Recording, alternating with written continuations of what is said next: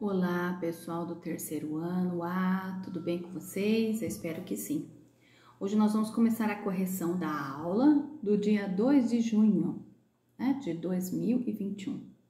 Lembrando que nós estamos realizando atividades desse livro aqui, Aprendendo Sempre. Este livro, quando chegar no final deste mês, eu vou recolher juntamente com o caderno para dar nota. Vai ser um dos instrumentos avaliativos deste bimestre, certo? Por isso que eu parei os livros, para realizar as atividades desse caderno de atividades, como era do ano passado, aquele caderno de atividades. Então, fiquem ligados nas nossas aulas, nas nossas correções, que eu estou usando, então, essas correções para resolver as atividades deste livro, que estão valendo como atividades avaliativas deste segundo bimestre, tá bom? Pensando o seguinte, que este mês, então, é um mês que nós estamos antes das férias, então, coloque tudo em ordem antes das férias, para a gente poder entrar em férias legalzinho, certinho, sem ficar com aquela correria, porque já trabalhamos bastante esses 6 meses e agora a gente vai dar continuidade nesse livro. Hoje eu passei para vocês uma música chamada Eu, a música do CD Palavra Cantada, porque ontem eu senti uma grande dificuldade que vocês não estavam entendendo a parte de migração, tá? Desenvolvimento da migração. Então, essa música, ela mostra uma família que se encontra no meio do Brasil, então, ou uma família que estava lá no sul do Brasil, outra no Nordeste, se encontraram na cidade de São Paulo, e é muito rica nessa parte de migração, de migrar. E a gente trabalha um pouquinho sobre imigrante também, vou passar um vídeo amanhã falando sobre isso, tá? Aí então, na aula de português. Na aula de português de hoje, eu passei para vocês essa parte aqui, que é a página 9, que mostra então uma música, uma canção, um poema, cantado. É assim, olha. Ai, que saudade de você. Vital Farias que escreveu. Não se admire se um dia um beija-flor invadir a porta da tua casa, te der um beijo e partir. Fui eu que mandei o beijo, que é para matar meu desejo, faz tempo que eu não te vejo. Ai, que saudade de você. Se um dia você se lembrar, escreva uma carta para mim. Bote logo no correio, com frases dizendo assim: faz tempo que eu não te vejo, quero matar meu desejo, te mando um monte de beijo, ai que saudade sem fim. E aí nesse poema tão bonito, tão bem escrito, essa canção, esse poema cantado, tá escrito em cima, em dupla não, claro, a gente está trabalhando diferente. Então, leia a letra da canção abaixo e encontre os versos que falam sobre a carta e pinte-os com lápis colorido. Olha só, são esses versos aqui, tá vendo? Eu escrevi para vocês, tá? Esses são os versos de dentro da música, tá? Escreva uma carta para mim. Bote logo no correio. O que você vai fazer? Vai passar então o quê? Um lápis de cor amarela embaixo dessa parte que tá aqui nessa parte da música, tá bom? Aqui, tá aqui, tá bom? Eu escrevi maior para vocês verem. Depois, o exercício 2. Gostou da música, da canção? Acredito que sim. E você, de que sente saudade? Eu sinto saudade dos abraços, dos alunos junto comigo todos os dias. A gente sente saudade, 4. Releia os versos pintados e explique para que serve o correio. Para que serve o correio? Correio. Correio é um sistema de comunicação que envolve envio de documentos, ou cartas entre um remetente, uma pessoa que está escrevendo, e o destinatário, a pessoa que está recebendo a carta, tá? É um diálogo escrito entre duas pessoas, certo? Aí depois a gente vai para a aula 7, aqui, da página 11. Tem um mistério aí, o mistério das cartas. Então, olha lá, eu vou ler as cartas para ver se vocês descobrem quem escreveu e para quem essa pessoa escreveu. Então, o destinatário, a pessoa que recebeu a carta, e o quê? o remetente, aquele que escreveu a carta. Então, a primeira carta é essa aqui, ó, tá? Vou ler para vocês. Floresta Encantada, 10 de maio de 1800. Não tem o nome da pessoa, você que vai descobrir. Tudo bem? Você melhorou depois da lição que o caçador te deu? Eu estou mais calma e a vovó já voltou do hospital, depois de ter ficado tanto tempo presa em um guarda-roupa. Queria escrever esta carta para te dizer que não foi nada legal o que você fez com a nossa família. Se você estava com fome, eu poderia te dar um delicioso lanche da minha cesta. Era só ter me pedido. Eu sou uma menina boazinha e divido minha comida com as pessoas. Se quiser me pedir desculpas, escreva-me uma carta bem bonita e sem erros de ortografia. Atenciosamente. E aí? Quem será que escreveu essa carta? Depois, a segunda carta. Terra Mágica. Mas aqui, ó. 30 de setembro de 1750. Mais ainda, né? Bem antes da última carta que eu li para vocês. Como vai? Espero que esteja feliz com a sua nova família.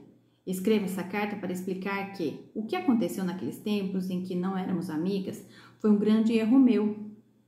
Te entregar uma maçã envenenada não foi uma atitude correta da minha parte.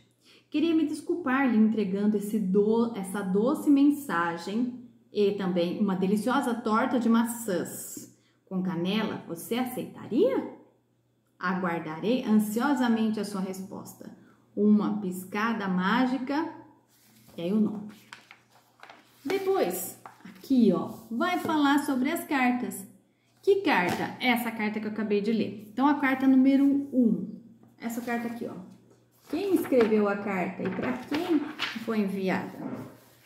A carta número 1 foi o quê?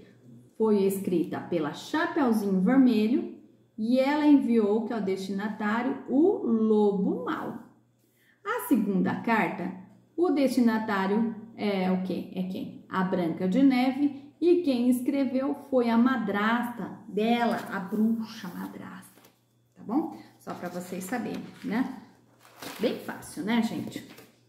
Depois, a gente vai para essa parte aqui, ó, bem comprida, que é o quê? É uma carta, né? Falando sobre uma carta escrita, um texto de jornal, tá? Isso aqui é um texto de jornal, uma notícia de jornal, falando sobre crianças que enviaram cartas às pessoas as pessoas lá do hospital que estão trabalhando, os médicos, os enfermeiros. Então, essa reportagem está falando sobre a emoção que os funcionários tiveram quando receberam essas cartas, né? Cartas do quê? De um terceiro ano de uma escola lá em Ribeirão Preto. Eles escreveram carta de agradecimento aos profissionais da saúde por eles estarem cuidando dessas pessoas doentes pela Covid, tá? E aí, depois aqui embaixo, fala assim, ó, registro do título da notícia lida. Escreva o título da notícia e a data da publicação. Então, a notícia lida, ela é bem comprida, olha só. Tá? Tá escrito assim, ó, estudante de Ribeirão Preto escreve cartas em agradecimento a médicos e profissionais da saúde que atuam na frente de combate ao coronavírus na cidade, tá? E a data? A data de publicação, ó, o nome tá aqui, gente, o nome da notícia, ó, no livro, tá? E a data de publicação, ela tá aqui, ó, tá vendo? Um pouquinho acima do desenho que eles enviaram, né? Um dos desenhos que eles enviaram, que os alunos enviaram. Então, a publicação foi, né? Quando? Nesse dia aqui, ó, 19 de maio de 2020, tá bom? Só para vocês saberem. Aí, depois, a gente fez o seguinte, a gente foi para aula de ciências. Na aula de ciências, eu passei para vocês a importância do solo, tá? Na página 64 do livro, tá? Vai falar sobre para que serve o solo. O solo, ele é muito importante. Ele é importante para nós, seres vivos. Aqui no livro vai aparecer, então, aqui, ó, o gado, ó, se alimentando, né? do basto que nasce no solo. As pessoas que plantam, então, o quê? No solo, figura 2. Na figura 3 aparecem, então, as casas sendo construídas, né? E aqui, olha só, a mineração, que a gente tira bastante, o que é minério, ferro, ouro, pedras preciosas, muitos minérios que utilizamos na nossa vida, nas nossas construções também, tá bom? Então, os animais, eles retiram o alimento do solo, tá? Eles encontram abrigo nesse solo, tá? Assim como as minhocas, que vivem embaixo do solo da terra. E é no solo que as pessoas vivem, constroem suas moradias, desenvolvem as mais diversas atividades, como agricultura, pecuária e extrativismo. Extrativismo é quando você extrai alguma coisa, então, do quê? Do solo, tá? Extrativismo. Tirar ferro, pedras preciosas, tá bom? Do quê? Os minérios que retiramos do solo, tá? São os recursos naturais que retiramos, então, deste solo. Grande parte dos materiais em nosso cotidiano são retirados do solo, como metais, argila, que é a terra, aquela terra que dá para fazer cerâmica, que vai falar um pouquinho sobre isso. Calcário, que é o giz, tá? Giz que a professora usa. Hoje a gente não utiliza mais giz, né? Mas antigamente a gente utilizava bastante. Aí depois na página 63 vai falar um pouquinho sobre a cerâmica, tá? Olha lá, argila, tá? Com a argila que a gente faz, então, as cerâmicas, pratos, vasos, né, potes. E a gente fala da importância, então, de armazenar algumas coisas que o ser humano, ele constrói através do que? Da argila. Você constrói com a sua mão, aí tem uma pessoa moldando um pote de argila, né, usando a roda do oleiro. O oleiro é a pessoa que faz, então, o que? Ela tem essa habilidade, né, de fazer, então, o que? Este vaso, tá? Vaso. E aí, o que acontece? Terminou de fazer o vaso, você coloca dentro de um forno, esse forno, ele cozinha mesmo a argila, e aí, essa argila, ela fica bem resistente e ela fica impermeável. Então, dá para você jogar água dentro que ela não vai vazar, tá? Não vai vazar. Ela vai ficar lá dentro, como um copo, tá? Certo? A cerâmica também é utilizada na parte artística, que temos o artesanato em argila, típico do Nordeste do Brasil, e que tem um valor cultural muito importante, também uma atividade para a pessoa ganhar dinheiro também, certo? Arte. Então, aqui embaixo, pergunta o seguinte, aqui ó, qual é a matéria-prima usada na produção de cerâmica? Então, a matéria-prima é argila, tá? E quais características da argila citadas no texto possibilitam que ela seja usada na fabricação de vasilhas? Então, olha lá, o fato da argila ser de fácil modelagem, fácil para se modelar, né? E depois de cozida, né, que ela vai ao forno, se torna resistente e impermeável, tá bom? Por isso que ela é importante, né? Ela se torna o quê?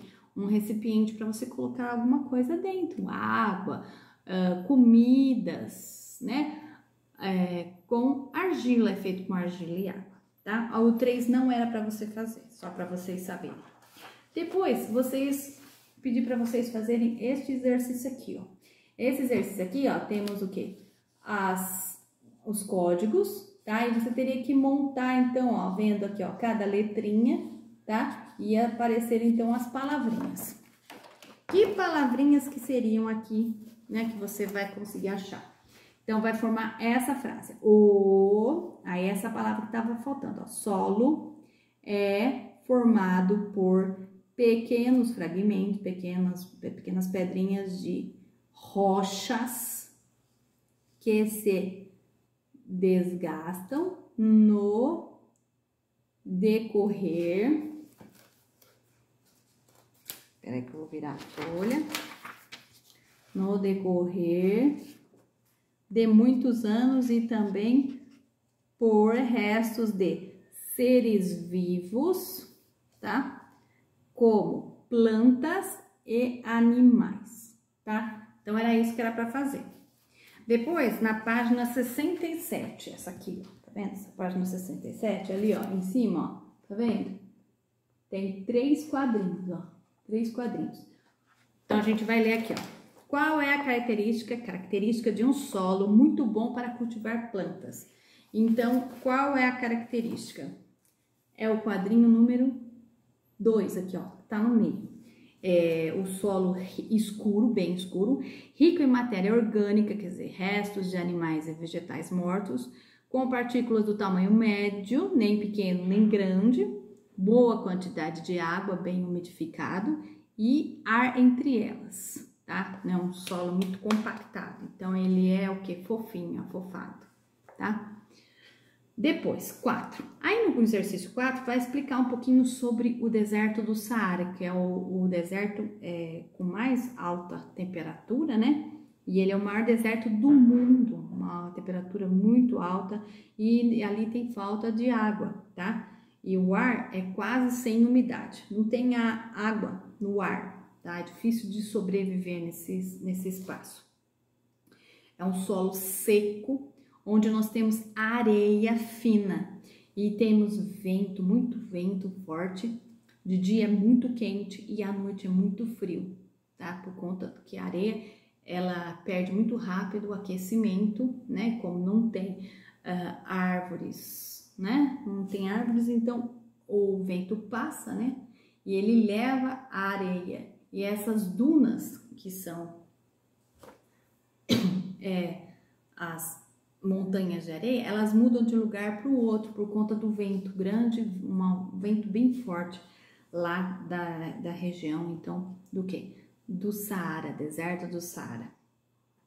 Os poucos animais que vivem nessa região, como o dromedário, conseguem ficar vários dias sem beber água. Então, tem que ter o que? O animal e o vegetal, como o cacto, ele tem que ser adaptado a esse lugar. Então, neste lugar nós temos pouquíssimos animais e vegetais, tá bom? Neste espaço, neste lugar. Outros habitats, nós vamos ver o que? Muitas árvores, muitos animais, tá bom? Porque os animais, os vegetais, geralmente gostam de água, tá bom? Qual é o tipo de solo do deserto do Saara? Então, é um solo o quê? Arenoso, areia, tá? Que características esse solo tem que o tornam pouco fértil? Não é bom para plantar? Então, o que ele tem? Ele tem pouca umidade, não tem quase nada de água e ele é pobre em nutrientes, tá? Ele não tem matéria orgânica, não tem muitos animais lá, então os animais eles não morrem, né? Quando eles morrem, eles enviam essa energia para o solo. Então, o solo é um solo pobre em matéria orgânica, tá bom? Aí depois a gente foi para um outro texto que vai falar sobre os indígenas. Olha só, os indígenas, tá? E a terra. Os indígenas e a terra, eles respeitam muito a terra, tá? Eles consideram a terra como uma grande mãe, tá? Que alimenta e dá a vida, porque é dela que tiram todas as coisas que eles precisam para viver. E os povos indígenas são grupos que fazem parte da natureza, tá? Assim como nós, mas não o fazem de maneira descuidada, eles cuidam da terra. Eles sabem que um determinado pedaço de terra só pode ser cultivado por um tempo. E aí depois eles mudam esse lugar e deixam o outro lugar que já foi plantado descansar, tá? E aí ele deixa esse tempo, isso é interessante, né? Para que ele permite que o solo se recomponha novamente, tá? Que é uma agricultura diferenciada do índio, tá? Diferente da nossa. E aí nós temos duas perguntinhas. De acordo com o autor, todos os indígenas relacionam-se com a natureza do mesmo modo? O que eles têm de parecido? Todos os indígenas têm muito respeito pela mãe terra, pelo solo, tá? E o demais, né? O que mais? Compare o modo dos indígenas usarem a terra com o que você observa no cotidiano, como acontece hoje na parte agrícola, tá? Eles deixam a terra descansar para se recompor. Muitas vezes o uso errado esgota os recursos do solo, tá? O solo fica empobrecido de tanto que você faz a colheita e depois você planta de novo, então o solo precisa descansar. E o indígena já sabe disso, já sabia disso, tá? Aí depois a aula de matemática, com o mesmo livro, tá bom? A gente volta nesse livro aqui, ó, Aprendendo Sempre, e a gente vai para a página 87, tá? 87 do livro. Na página 87 aqui, ó, eu vou fazer esse exercício aqui, ó, tá bom? Nesse exercício tá falando assim, ó, Tiago, Roberta, Mateus e Bruno ficaram na barraca de lanchas conversando sobre os formatos de objetos que lembram figuras geométricas. Roberta sabe qual a figura? Abaixo tem o formato da casquinha de sorvete. Você sabe qual é o formato da casquinha de sorvete? Então, o formato da casquinha de sorvete é o cone, tá? Virado ao contrário, tá bom? E aí depois, no outro exercício, aqui ó, tem que ligar os objetos ao quê? As figuras geométricas espaciais, tá? E aí você vai ter que ligar assim. Olha lá. O barril, você vai ligar com o cilindro. O dominó com o bloco retangular. O boliche, você vai ligar a esfera, que são as bolas de boliche. A torre do castelo, pirâmide. A casquinha do sorvete ao cone. E a caixa de papelão ao cubo. Tá bom? Então, é bem assim, ó. Tá? Só para vocês saberem. Depois, na aula 6 da página 89, vai falar assim, ó. Para jogar boliche, precisamos de bola e peças, que são chamadas de pinos. Os 10 pinos são colocados em pé e a bola é arremessada. Ganha o jogo quem conseguir derrubar mais pinos. E aí, então, eles decidiram, então, fazer essas rodadas, ó. Então, são 10, 20, 30, 40, tá? Certo? E aí no exercício A da página 89 tá falando assim, dos 40 pinos colocados nas 4 rodadas, 33 pinos foram derrubados. Quantos pinos ficaram em pé? Então a gente vai fazer a conta. Você poderia também o quê? Você poderia fazer o quê? Vai riscando aqui a quantidade de pinos. Ou você poderia fazer a conta, ó. 40 menos 33. Unidade embaixo de unidade, dezena embaixo de dezena. 0 menos 3, não tenho condições de fazer essa conta. O que eu faço? Eu empresto 10 da dezena, fica 10. E aqui eu tiro 4. Então, como eu emprestei, eu vou ter que tirar 4 menos 1 dá 3. E aí, corto 4. Então, 10 menos 3, 7. E agora, 3 menos 3, 0. Então, nós temos 7 pinos. Você vai colocar aqui, ó. Tá? Aqui embaixo, ó, 7 pinos, tá bom? Aí depois você vira para a página 90, aqui em cima, ó, tá vendo? E aí a gente vai fazer aqui, ó, Tiago e Mateus resolveram jogar e ao terminarem a partida, verificaram que dos 60 pinos colocados em todas as jogadas, derrubaram 47. Quantos pinos não foram derrubados? Aí você vai fazer a mesma coisa. Aqui do ladinho, então, você vai colocar 60 e aqui você vai pôr 47, tá? Unidade embaixo de unidade, dezena embaixo de dezena. Ó, 0 menos 7, eu não tenho condições. O que eu faço? Eu empresto 10 da dezena, põe um 1 aqui. E aí, quando você empresta, você tira e faz 6 menos 1, 5. Põe 5 aqui do lado. 10 menos 7, 3. 5 menos 4, 1. Então, são 13 pinos que sobraram, que não caíram nessas rodadas, tá? Era isso que tinha que fazer em matemática. Aí depois em arte, eu passei para vocês um exercício bem legal. Primeiro a gente vai falar um pouquinho sobre pulso, ritmo e duração, da página 27 aqui, ó, tá vendo? E aí eu vou ler para vocês, ó. Muitos músicos ao tocar batem pé no chão, fazendo o quê? O ritmo, a pulsação da música. 1, 2, 3, 4. O que eles estão fazendo? Eles estão marcando a pulsação da música. Essa é a melhor forma de entender o ritmo. O ritmo da música, quando você vê, então, o que? Ele fazendo isso, ó. Ele tá contando o tempo. Então, cada música tem um tempo que dá para ver lá na pauta da música, certo? Ele tá contando a pulsação da música. Pede, então, para cantar uma música para a turma aqui.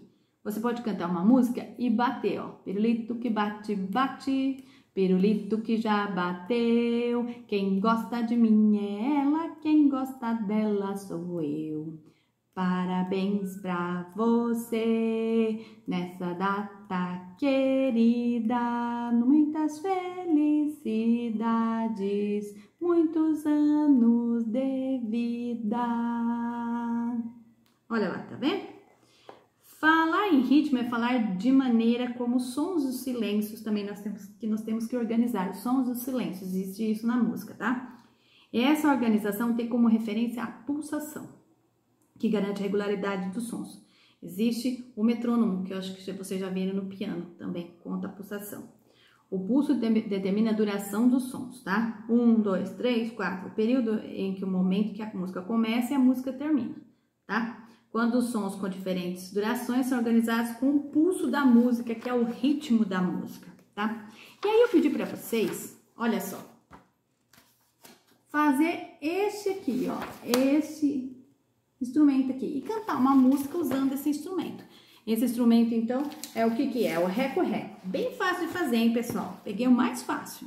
É para você pegar uma garrafa vazia e pode ser um lápis e você vai cantar uma música fazendo barulhinho com o reco-reco, tá? Com ritmo no reco-reco, tá bom? Cantando e tocando aí o reco-reco.